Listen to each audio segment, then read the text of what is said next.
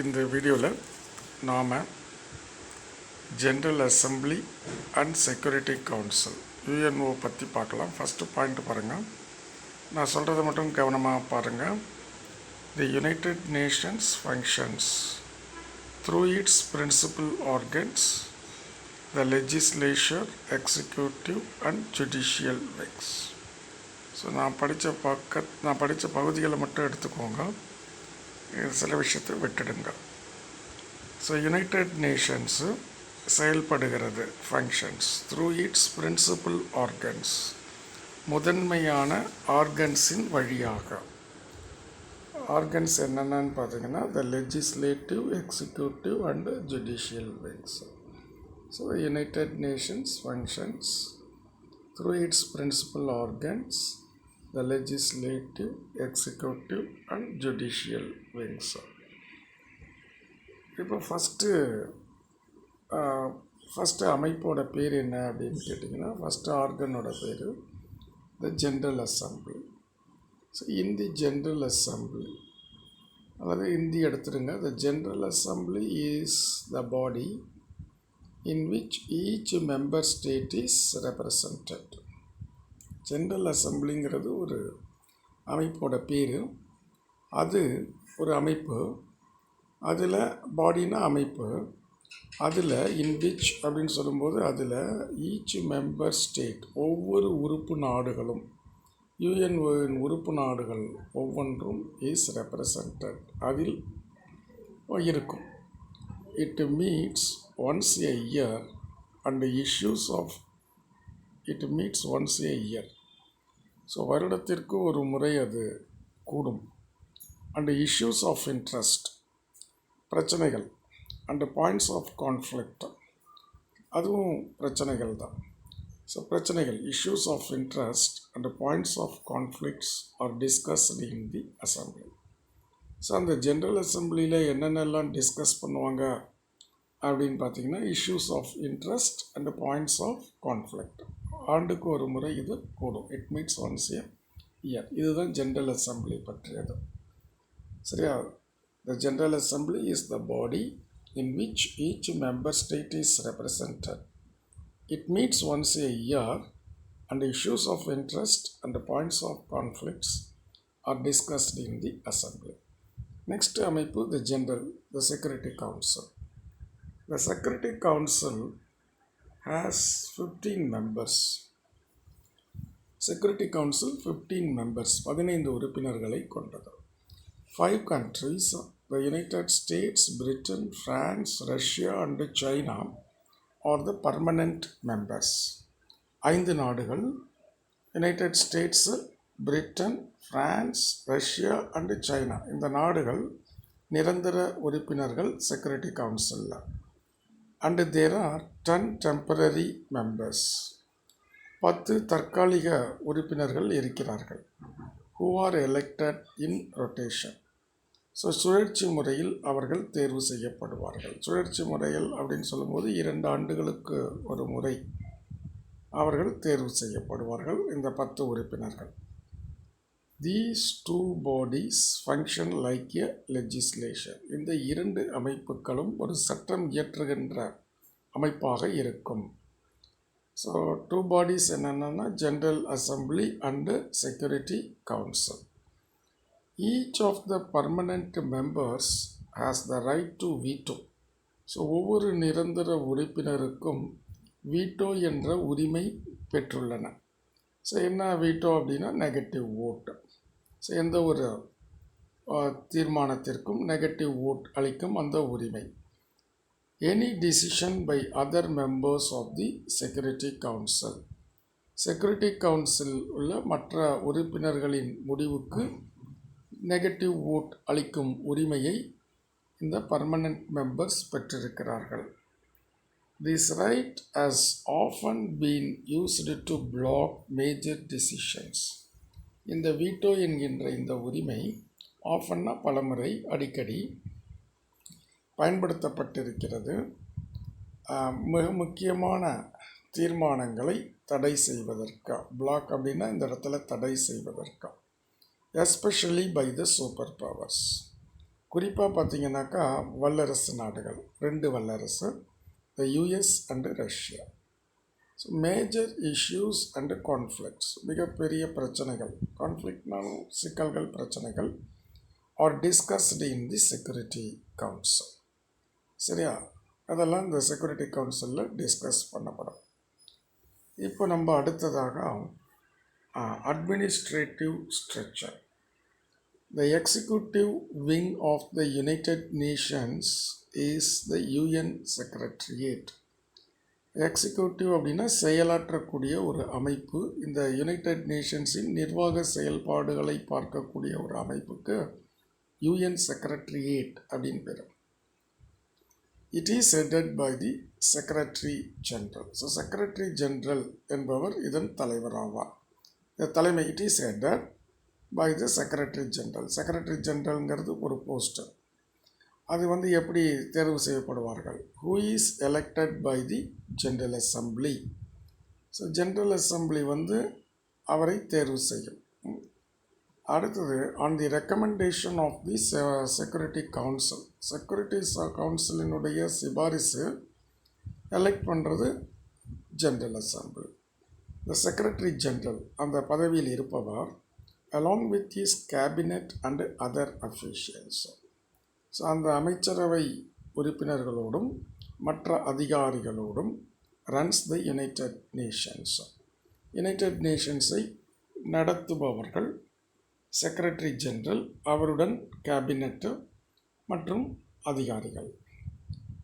இது இப்போ நம்ம 3வது விங்கு பார்த்துருக்குறோம், யூஎன் செக்ரட்டரியேட், ஒரு அட்மினிஸ்ட்ரேட்டிவ் விங். அது The executive wing of the United Nations is the UN Secretariat. It is headed by the Secretary General, who is elected by the General Assembly on the recommendation of the Security Council. The Secretary General, along with his cabinet and other officials, runs the United Nations. இப்போ 3 அமைப்புகள் பார்த்தோம், general assembly, security council, அப்புறம் பார்த்தீங்கன்னாக்கா இந்த secretariat.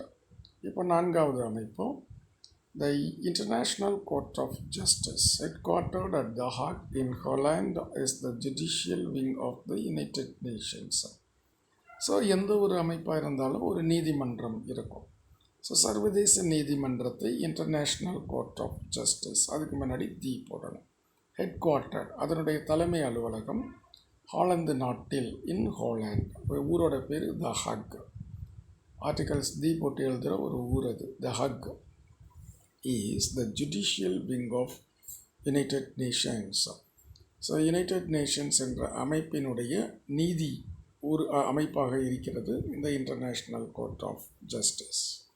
இப்போ 4 முடிஞ்சிருச்சு. 5வது அமைப்பு the economic and social council, the 5th organ of the United nations. இது 5வது ஆர்கனாக இருக்கிறது. இதோடைய வேலை என்ன?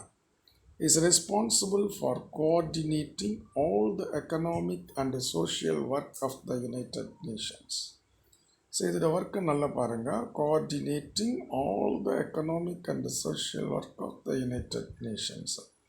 யுனைடெட் நேஷன்ஸ் என்ற அமைப்பினுடைய பொருளாதார மற்றும் சமூக பணிகளை ஒருங்கிணைக்கும் பொறுப்பானது இந்த எக்கனாமிக் அண்ட் சோஷியல் கவுன்சில், இந்த 5th ஆர்கனிடம் இருக்கிறதா. ஸோ இது ரீஜினல் அப்படின்னா இது ஒரு பிரதேசத்திலும் ஒரு கமிஷன் இருக்குது. ஸோ அதை நம்ம எக்கனாமிக் கமிஷன் அப்படின்னு சொல்கிறோம்.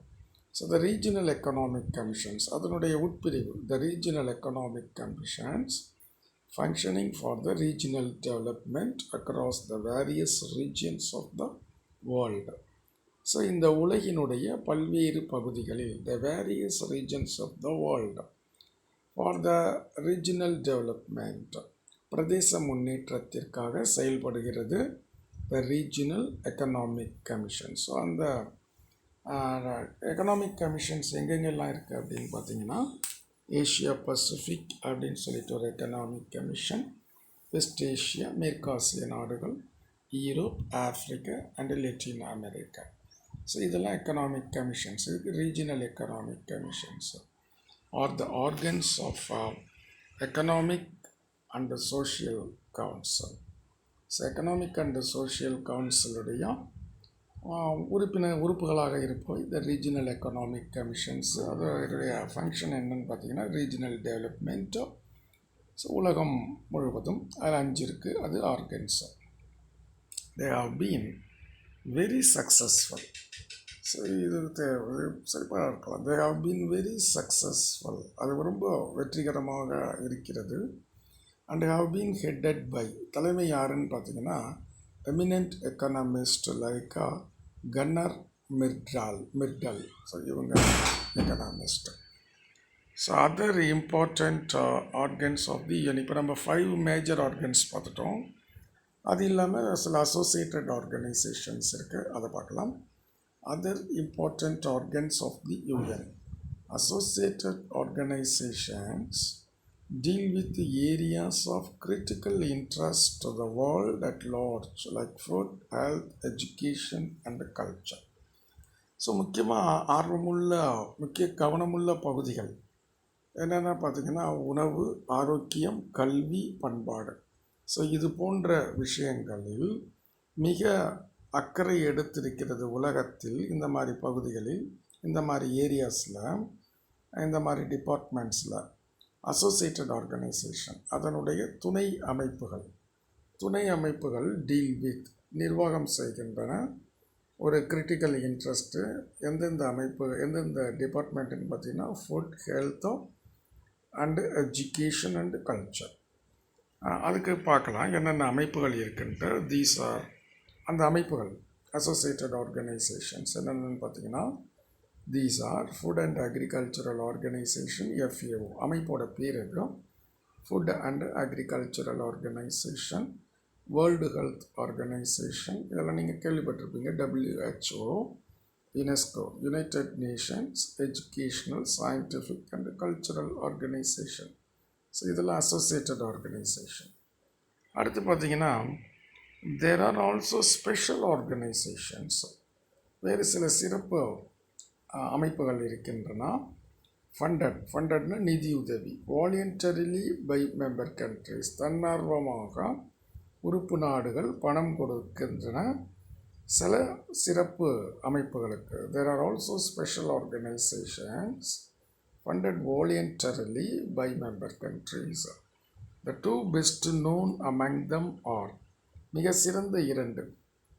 இப்போ அமங் தம்னா அவைகளில் மிக சிறந்த 2 என்னென்னா UNICEF, united nations children's fund அப்படிங்கிற ஒரு அமைப்பு which promotes child health and welfare across the world. உலகம் முழுவதும் குழந்தைகளுடைய ஆரோக்கியம், அவர்களுடைய குழந்தைகள் நலன் ஆகியவற்றை மேம்படுத்துவதற்கான ஒரு அமைப்பு UNICEF, united nations international children's fund.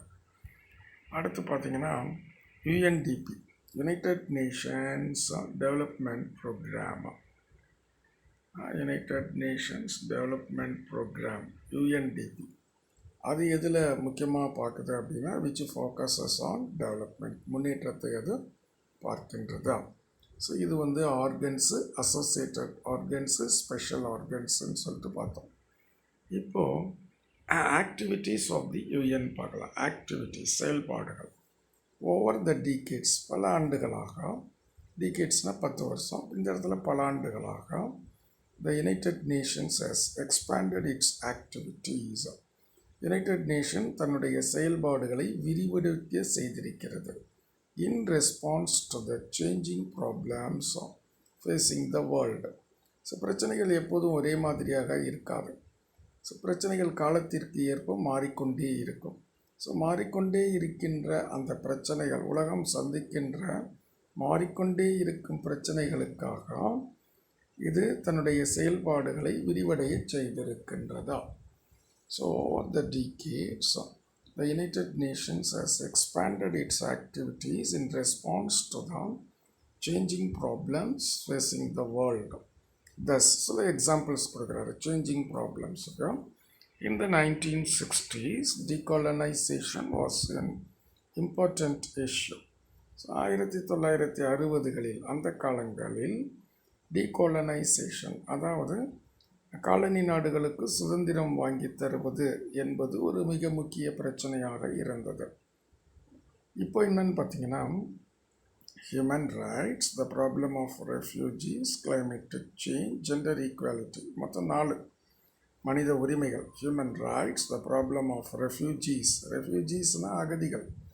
இப்போ ஒரு தாய்நாட்டிலே, தான் பிறந்து வளர்ந்த தாய்நாட்டிலே வாழ்வதற்கான வசதிகள் இல்லாமல் வேறொரு நாட்டிற்கு வாழ்வதற்காக செல்கிறார்கள். ஸோ அந்த நாட்டினுடைய குடியுரிமை இல்லாமல் செல்வார்கள். அந்த மாதிரியான மக்களை நாம் அகதிகள், ரெஃப்யூஜி என்று சொல்கிறோம். அந்த பிரச்சனை. கிளைமேட் சேஞ்ச், பருவகால மாற்றம், ஜெண்டர் ஈக்குவாலிட்டி, ஆண் பெண் சமம், இந்த 4 பிரச்சனைகளும் are all now within the ambit of the activities of the United Nations. இவைகள் எல்லாம் now இப்போது within the ambitனா அதனுடைய அந்த செயல்படுகின்ற எல்லைகளுக்குள். ஆம்பிட்னா வரம்பு, எல்லை. ஸோ அந்த எல்லைக்குள், யுனைடெட் நேஷன்ஸின் செயல்பாடுகளின் எல்லைகளுக்குள்ளே இவைகள் இருக்கின்றன. ஆம்பிட் அப்படின்னா எல்லைகள் அல்லது வரம்பு. So a special mention must be made of the UN peacekeeping force. So ஒரு ரொம்ப முக்கியமாக நம்ம ஒன்று சொல்லணும். UN, யுனைடெட் நேஷன்ஸினுடைய அமைதிப்படையை பற்றி, which has acted in many areas of conflict all over the world. உலகம் முழுவதும் many areas of conflict, இந்த மாதிரி பிரச்சனைகள் உள்ள பல பகுதிகளில் இது செயல்பட்டிருக்கிறது. which has acted in many areas of conflict all over the world. So the Indian Army has been an important part of the peacekeeping force. இந்திய இராணுவம் வந்து ஒரு important part of the peacekeeping force, அமைதி படையினுடைய ஒரு முக்கியமான பகுதியாக இருக்கிறது. and has been deployed in many parts of the world. So உலகின் பல பகுதிகளிலும் இது டிப்ளாய்மெண்ட், அதாவது இது அங்கே செயல்பட அனுமதித்திருக்கிறார்கள். ஸோ இதோட நீங்கள் கேட்ட இந்த பேராகிராஃபும் நான் கொஞ்சம் எக்ஸ்பிளைன் பண்ணியிருக்கிறேன் உங்களுக்கு தமிழில். புரியுதா பாருங்கள். வேறு இருந்தால் எனக்கு கிளாஸில் சொல்லுங்கள். Thank you students.